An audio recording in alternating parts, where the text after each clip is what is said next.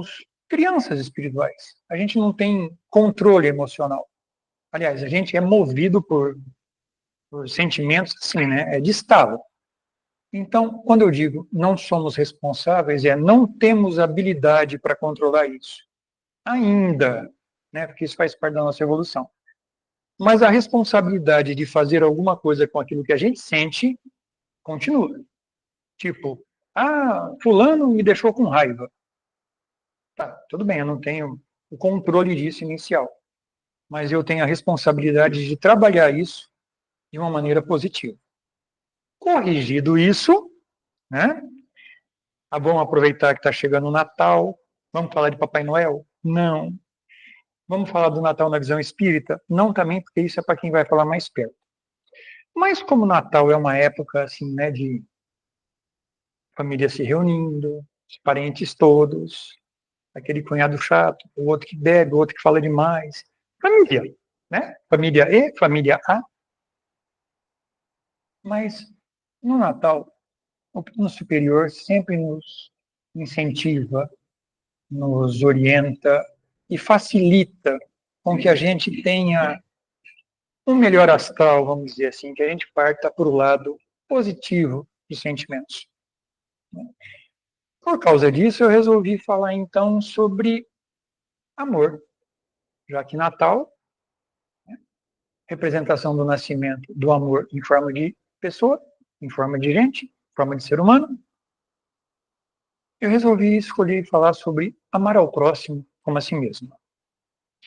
E hoje, diferentemente das outras vezes, eu trouxe uma apresentação para colocar. Vamos ver se vai funcionar, se eu fiz certo. Aí vocês não vão ficar olhando com meus olhos verdes, mas vamos lá. A ideia de falar sobre amar ao próximo como a si mesmo é no sentido da gente destrinchar essa frase, né? O que é o amar, o que é o próximo, o que é o como a si mesmo, né? O que é o mandamento maior. Então, nós vamos destrinchar esse pedacinho aí, né? Então, o objetivo é a gente analisar essa frase de maneira mais completa, vamos dizer assim, embora isso seja assunto para se falar durante muito, muito tempo. O contexto dessa frase está no Novo Testamento, e Jesus Cristo, quando ele esteve encarnado, ele vivia em lugares administrados. É isso, então eu me perdendo. Ele vivia em lugares administrados por governadores romanos, né? Os governadores romanos eram arbitrários, o negócio era ali a pulso, né? E a pregação do Cristo visava justamente libertar desse jugo único. Talvez daí a frase: a César o que é de César e a Deus o que é de Deus. Então, se a gente tem que fazer a parte humana, de César, mas sem esquecer de reverenciar a Deus, né? Esse é o caráter da pregação. Então, a César, a gente tem o quê? Nossa, estou meio cegueta. Alguém me ajuda aí. Olha eu.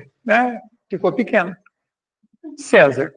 O cumprimento dos deveres em relação à família, sociedade, à autoridade, bem como todos os indivíduos, respeitando as leis vigentes dos cidadãos responsáveis. Ou seja, nada diferente do que é hoje, né? A gente tem responsabilidades com a sociedade, com o César de hoje. E de Deus, cultivar os valores espirituais, amar o próximo, praticar a caridade, ou seja, os comportamentos que são indispensáveis para que a gente tenha um crescimento espiritual e moral. Vamos para o texto evangélico, né, que está em Mateus 22, de 34 a 40. E o texto diz o seguinte: os fariseus, tendo sabido que ele tinha feito calar a boca aos saduceus, reuniram-se. E um deles, que era doutor da lei, veio-lhe fazer esta pergunta para o tentar: Mestre, qual é o maior mandamento da lei? E Jesus lhe respondeu: amarás o Senhor vosso Deus de todo o teu coração, de toda a tua alma, de todo o teu espírito. Este é o primeiro e o maior mandamento. E eis o segundo, que é semelhante àquele: amarás o teu próximo como a ti mesmo. Toda a lei e os profetas estão contidos nesses dois mandamentos. E essas duas frases juntas, né? Amarás o teu próximo como a ti mesmo e a Deus sobre todas as coisas, em ordem inversa, lógico, acaba se transformando no que a gente poderia chamar de o 11º mandamento. O Evangelho segundo o Espiritismo está no capítulo do mandamento maior. Ou seja, a junção desses dois mandamentos acaba sintetizando toda a doutrina do Cristo. Vamos começar a destrinchar as frases, então. Amor. Ô palavrinha que é usada com tanta frequência e de maneira tão útil, vamos dizer assim. Hoje em dia tudo é amor. Você vai na rede social, então, tá lá. Ai, amei. Esse amei muitas vezes é assim, gostei, achei legal, achei bacana, legal, né? Mas não vira amei. É como se a coisa fosse... as pessoas em relacionamentos ama hoje, desama amanhã, no dia seguinte já está amando de novo, e é sempre para sempre. Te amo forever. Amor. Vem do latim amore, e é um vocábulo polissêmico. Bonita palavra, né? Sabe o que significa? Polissêmico? Muitos significados. Muito. Olha, o negócio está ficando interativo. Gostei disso. Ou seja, ele é suscetível de diversas definições. Por isso, muitas vezes a gente diz que o amor não é definível, visto que ele encerra assim, uma quantidade de nominativos impressionante. Na maioria das vezes, a gente usa essa questão, a palavra amor, mas o significado está muito aquém daquilo que realmente é, né, do conteúdo imenso que esse verbo encerra, esse termo encerra. Eu prefiro usar verbo, porque verbo significa ação, e amor é ação. Não é só uma palavra bonita. Na cultura grega, amar implica o conhecer, e o conhecer implica o amar. Na cultura judaico-cristã, disse que o amor não parte do mundo nem do homem, mas de Deus. Fundado no amor divino, o amor humano será ativo, histórico, concreto, e terá, na imitação de Deus, através do Cristo, o seu motor. Então, quando às vezes a gente fala, né, quantas vezes, ai, mas o que eu faço? Pensa o que Jesus faria, o que Cristo faria. Né? A gente tem aí o imitatio Christi, latim. Muitas vezes a gente fala, mas o que Cristo faria na minha situação? O que Jesus faria na minha situação? Nessa situação, né? Não na minha. Ah, mas ele está muito além. Não chego nem no pozinho da sandália. Tudo bem, nenhum de nós chega. Estamos a anos-luz disso, né? Para chegar no pozinho da sandália dele, muito longe. Mas a gente pode copiar a essência. Se não a intensidade ou a profundidade, a gente pode copiar a atitude. Embora o termo seja polissêmico, né, nada nos impede de defini-lo como, segundo Kurt, a totalidade dos sentimentos e desejos que estruturam o pensamento para libertar energias e forças que guiam a ação na produção do bem e que possibilitem a aquisição de qualidades constituintes do crescimento do espírito. Baita frase, né? Bonita, cheia de termos bonitos. Para simplificar isso, como é que faz? A gente só cresce, a gente só evolui, a gente só vive, né, aquilo que a gente diz que acredita através do amor.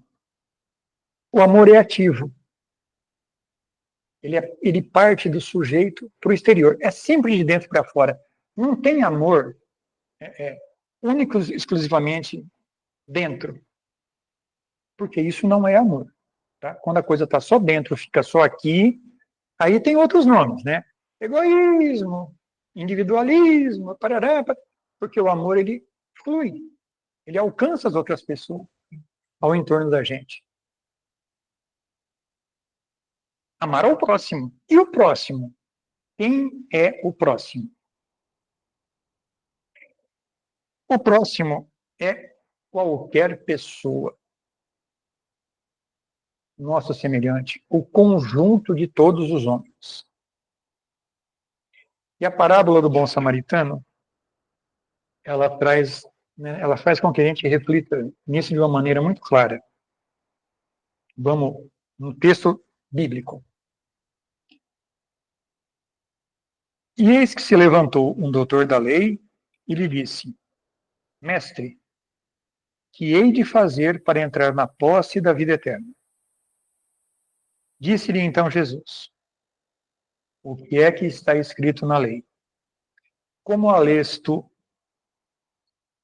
E ele respondendo disse: Amarás o Senhor teu Deus de todo o teu coração, de toda a tua alma, de todas as tuas forças e de todo o teu entendimento, e ao teu próximo como a ti mesmo. E Jesus lhe disse: Respondeste bem, faze isso e viverás. Mas ele, querendo justificar-se, disse a Jesus: E quem é o meu próximo?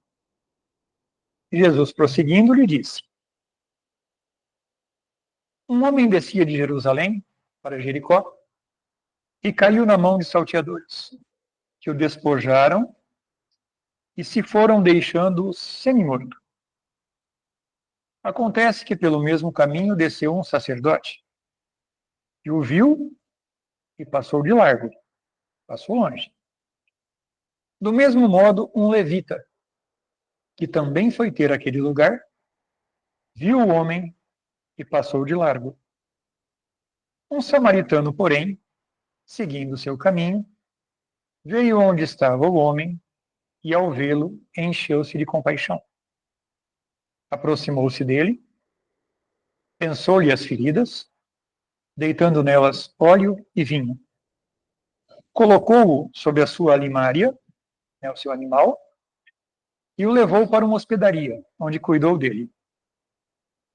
No dia seguinte, tirou 2 denários e os deu ao hospedeiro, dizendo: Trata desse homem, e na minha volta te pagarei tudo quanto despenderes a mais. Qual dos 3 te parece que tenha sido o próximo daquele que caiu na mão dos salteadores? Respondeu o doutor da lei: O que para com ele usou de misericórdia. Pois vai, disse-lhe Jesus, e faze o mesmo. Isso está em Lucas, capítulo 10, versículos de 25 a 37. E o que Jesus quis mostrar com essa parábola? Porque levitas, sacerdotes, samaritanos tinham maneiras diferentes de crer, de pensar. E Jesus mostrou nessa parábola e em muitas outras passagens que o que interessa não é o que o outro, não é a fé que o outro professa,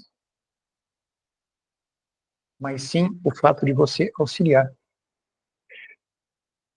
É muito fácil a gente gostar de pessoas que têm uma maneira de pensar semelhante à da gente. É mais fácil. É mais fácil gostar de uma pessoa que passa a mão na minha cabeça do que de uma que me aponta meus erros. Do que de uma que me fala, olha, você está errado. Mesmo que seja só a opinião dela, mas ela não se omite nisso, ela fala. Porque quando eu gosto só daqueles que gostam de mim, isso está na Bíblia também, né? Que fazem de diferente dos gentios. Quando eu gosto só de quem gosta de mim ou de quem é semelhante na minha maneira de pensar, eu não estou fazendo nada de diferente. Não tem nada de amar o próximo nisso. O próximo é diferente de mim. Sempre vai ser. E Emmanuel já falou que é com esses que a gente aprende, que é com esses que a gente evolui. que é com esses que a gente adquire as habilidades necessárias para a gente crescer como pessoa. Então, é muito fácil, né? A gente vê isso no trabalho, na família. É mais fácil a gente lidar com as pessoas que gostam da gente, ou que são semelhantes a gente. Só que isso não é amar. Nisso não tem nada de abrir mão, né? Não tem nada de exercitar a caridade, a benevolência, não tem nada disso. É simplesmente conveniência. E quando não é conveniência, é conivência.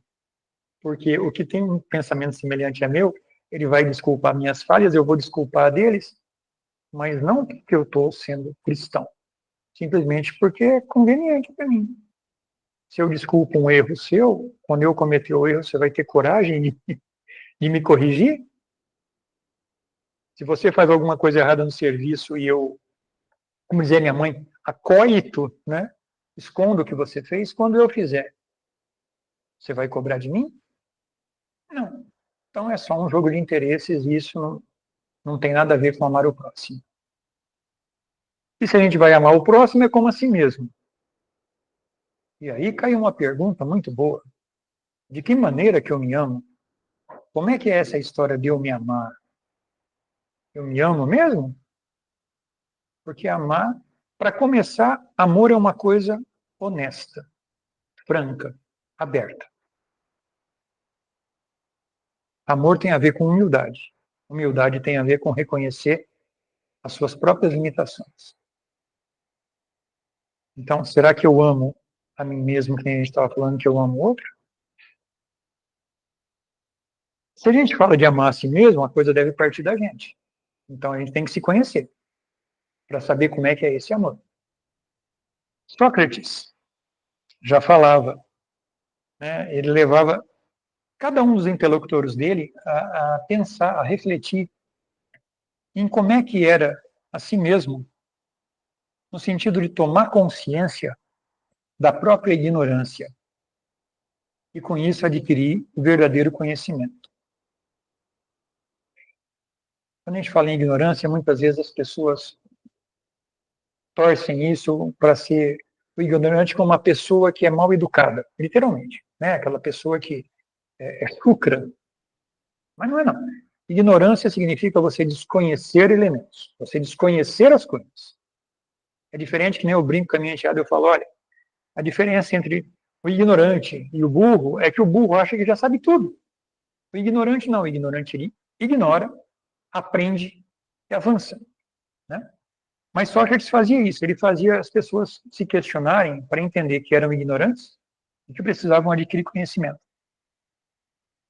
Como o conhecimento tem relação com o bem, quanto mais a pessoa sabe, menos mal pratica. Essa é a teoria.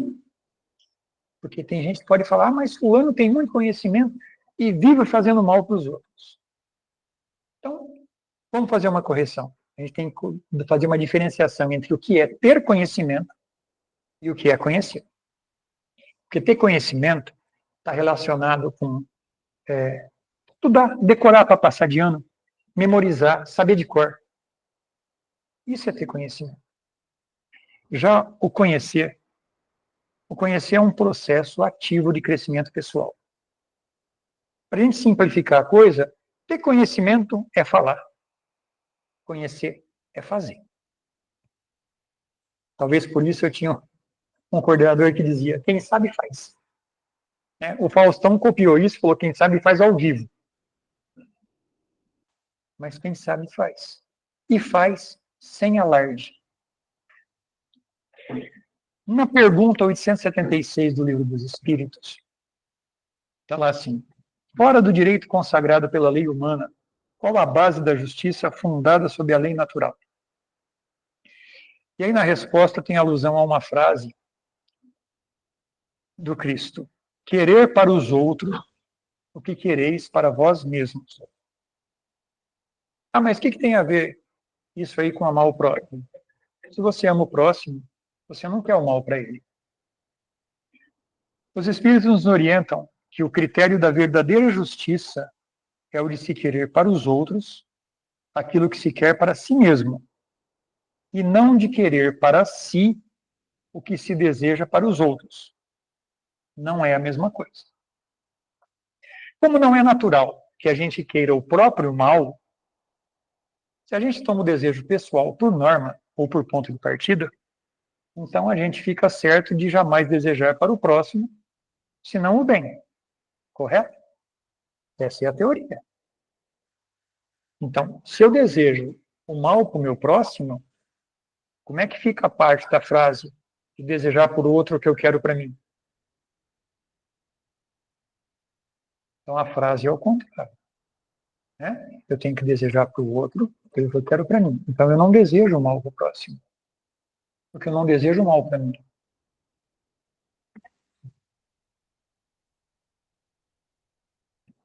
Resumindo, amar ao próximo como a si mesmo. Faz aos outros aquilo que queres que façam a ti. E aí cabe uma observação. Eu quero que o outro faça. Não quer dizer que ele vai fazer. A ideia não é eu fazer e o outro ser obrigado a fazer por mim, porque cada um faz aquilo que acredita. Então, eu faço para o outro porque eu quero fazer o bem, não porque o outro vai ter que fazer para mim. E tratar os outros como eu gostaria de ser tratado. Cabe a mesma observação. Nem sempre você vai ser tratado da maneira que você trata os outros. Ponto final.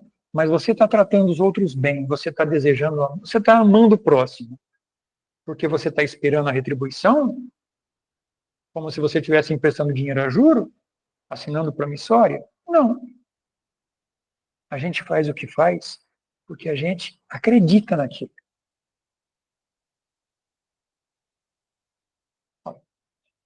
Um resumo disso aí tudo, né? Eu quero o perdão de Deus. Dei perdão aos meus semelhantes? Se sim, Deus retribui. Se não, e aí estou perdoado, estou livre, como está o verdinho aqui. Se eu não perdoo meus semelhantes, não recebo o perdão de Deus e não estou perdoado. Estou na prisão. Por que prisão? Teve uma vez que eu falei aqui sobre perdão, que perdão não é um processo mágico. Nós estamos sem condição nenhuma de fazer como Cristo, né? Está perdoado. A gente não está com essa bola toda. O perdão é um processo que a gente leva tempo. É um aprendizado. Mas enquanto a gente não aprende a perdoar, a gente fica na prisão no sentido de... Já viu aquele filme antigo? Que passa aqueles caras de uniforme estradinho, carregando arrastando uma bola de ferro, né? Na corrente. Muitas vezes não dá para arrastar, ele cata, carrega no colo. O fato de não perdoar é isso, é essa prisão que a gente se refere. Você fica ali alimentando, né, a mágoa, o ressentimento, e você fica preso àquilo. Quem perdoa, ou quem entra no processo de perdoar, vai ficando livre, vai ficando leve, vai caminhando mais facilmente. A gente tem a lei do amor, né? Sentimentos são os instintos que vão se aprimorando à medida que o espírito vai evoluindo. Nas primeiras encarnações, o homem possui apenas instintos. Imagina na pré-história, né, os homens da caverna. Como é que tinha alguma coisa de... Não, era por instinto, era sobrevivência, era a lei do mais forte, por aí vai. Aí, à medida que vai avançando o convívio com os outros homens, né, passa a possuir sensações. E quando se encontra mais instruído e purificado, adquire sentimentos. Desses sentimentos, o mais nobre e evoluído de todos é o amor. É a nossa meta, vamos dizer assim. A gente tem lá instintos, sensações, sentimentos, e a correlação dele. Sobrevivência, com os instintos, satisfação pessoal, sensações. Quando, de repente, você vai lá e compra uma panela que você queria. Sensação é boa, né? Sensação de satisfação pessoal. E quando você compra alguma coisa, por exemplo, para ajudar o teu vizinho que está numa situação complicada, você vai lá e compra alguns mantimentos, ou, sabe, de alguma maneira você ajuda ele. A satisfação do outro. Isso está relacionado com amor. Deixa de ser de só para si e passa a ser para o outro. É legal comprar uma panela nova? É. Você merece. Se você comprar uma panela nova e fizer uma comida boa, você pode fazer que a gente come junto. Tá tudo certo. Entra na satisfação do outro. Vai todo mundo ficar satisfeito. Resumindo isso aí tudo, o que a gente estava falando até agora. É preciso amar os seres humanos com igualdade. Cuidar das coisas de Deus primeiro. Fazer para o outro aquilo que a gente pede para Deus. E a gente vive pedindo. A gente mais pede do que agradece, diga-se de passagem. Perdão, caridade, amparo, indulgência, benevolência e tratar os outros como a gente quer ser tratado. Ali entrou no fim, mas eu quero fazer um adendo nisso, rapidinho, que é assim, em tempos de hoje, a gente fala em amar o próximo, mas o mundo anda tão violento, né? As coisas andam tão deturpadas, tão duras, tão pesadas, que a gente fica assim, se questionando, né? E se Jesus nos ensinou a lei do amor que estava lá, por que a violência nos dias de hoje? Por que o mundo está tão duro, tão seco? Será que a gente esqueceu do que ele ensinou? Será que a gente está condicionado pela sociedade? Será que a gente não tem a educação necessária? Se a gente olhar historicamente, tem algumas coisas que facilitam a gente permanecer nessa coisa dura. A gente tem a lei de Talião, lá atrás, né? Olho por olho, dente por dente. Ah, mas isso é muito lá atrás. Mas na hora que o outro me cutuca, eu quero me vingar. E mesmo que ele não me cutuque, eu só posso imaginar, o João me olhou torto ali, deixa ele. De repente o cara nem fez nada, mas eu quero me vingar. Né? Darwin, da escola, né? Seleção natural, é baseada em quê a evolução? Na luta. Então, o Marx constrói a coisa, a história, né? Toda a ideia dele na luta de classes. Aí tem aqueles que dizem, mas se o Estado mata, qualquer um pode matar? O consumismo, nos dias de hoje, e principalmente a coisa né, o discurso da autoajuda. Hoje você vê aí, sei lá, um monte de coaches na internet ensinando tudo. Como você ter sucesso, como você ser uma pessoa bacana, como você ser isso, como você ser... E todo esse discurso, inclusive, muitas vezes usa passagens bíblicas. Você pega um Pablo Marçal da vida aí, tem coisas que ele fala que tem sentido.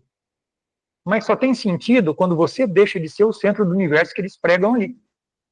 Como se o mundo girasse ao seu lugar, ao seu redor. Não gira. E se começar a girar, procura o médico. Isso é labirintite. Pode ter certeza. Então, aonde que está a fonte disso tudo? A fonte dessa violência toda, né? Dessa maneira da gente pensar. Está na gente mesmo. Está na gente porque a gente não pratica. A gente fala de amar o próximo, mas a gente não exercita isso. Mas como que eu vou exercitar isso? Ah, tem várias vezes. Tem o 70 vezes 7. E para quem é casado, é um exercício porreta. Todo dia tem uma oportunidade, ou várias. Né? Tem aquela coisa quando a gente não deixa os ânimos serenarem, a poeira assentar antes de conversar com o vizinho que estava com o som alto ontem. Tem mais. Quando a gente respeita a liberdade alheia, minha mãe falava, a liberdade de um termina onde começa a do outro. Aí ela já emendava para mim, mas a sua termina onde eu determino. Né? Como você mora comigo, eu te mando, eu te administro. Quando a gente exercita a paciência diante de dificuldades. Ah, mas dificuldade, gente, exercitar a paciência é muito mais simples do que parece, é muito mais comum do que parece. Vai no mercado e pega uma fila. Quero só ver como é que fica. Ainda mais, eu vou contar, essa Tati, se ela estiver assistindo, ela vai adorar. Estava no mercado dando aliança e tem um caixa de idosos. Então, tinha um casalzinho passando compra, tinha uma outra senhora, uma raizinha de mandioquinha. E nós. Também não tinha muita coisa. Aí a senhora passou a compra, foi tá conversando com a caixa, A Caixa começa a conversar com a da mandioquinha, os três começaram a bater um papo, a Tati atrás de mim assim. Vem no mercado para bater papo? Paga e passa logo? Tudo bem, a mulher pagou, pacotou, passou a da mandioquinha, ela foi passar as coisas da mandioquinha, ela começou a conversar com ela. Você viu o preço da mandioquinha, como tá cara? Mas é tão ruim isso, sem às vezes a sopa não fica boa e não sei o quê. E começou a conversar. A Caixa começou a conversar e eu mais para trás só olhando. Aí a hora que a gente passou, terminou, falei, amor, você vem no mercado para ficar batendo papo com o Caixa.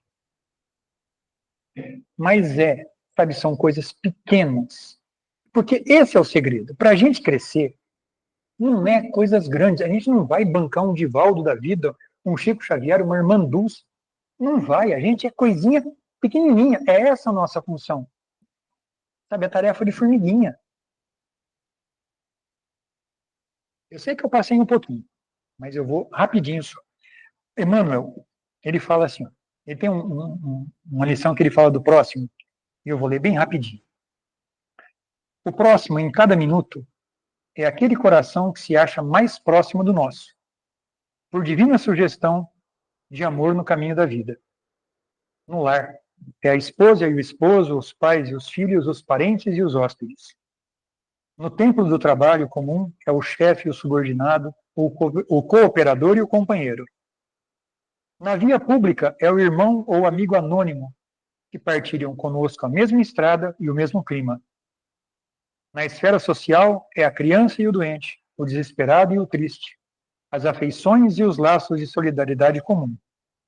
Na luta contundente do esforço humano, é o adversário e o colaborador, o inimigo declarado ou oculto, ou ainda o associado de ideias, de ideais que nos surgem por instrutores. Em toda parte encontrarás o próximo, buscando-te a capacidade de entender e ajudar. Para resumir isso de uma maneira mais simples ainda, é assim, a gente tem opção, sempre. Quando a gente fala de amar o próximo, é opção, é escolha. Nós temos o livre-arbítrio e a responsabilidade dele. Para facilitar, Emmanuel às vezes é meio rebuscado, é meio complicado de entender, então eu vou partir para coisa bem simples. Martin Luther King, ele disse o seguinte, olha que punk a coisa. Eu decidi ficar com o amor. O ódio é um fardo muito grande para se carregar. Então, que a gente faça opções, ame o próximo, da maneira que a gente consegue hoje. Porque se a gente exercitar, amanhã vai ser um pouquinho melhor. A gente vai conseguir um pouquinho mais. E no outro dia, mais um pouquinho. E é assim, de pouquinho, para a gente chegar em algum lugar. Cristo está lá esperando a gente. Ele não tem pressa. Ele não está apressando a gente. Mas como todo bom professor, como todo bom pai, também não gosta quando a gente fica retardando o passo de birra, de preguiça, porque a gente não quer crescer, porque crescer dói. Uma noite de paz para a gente.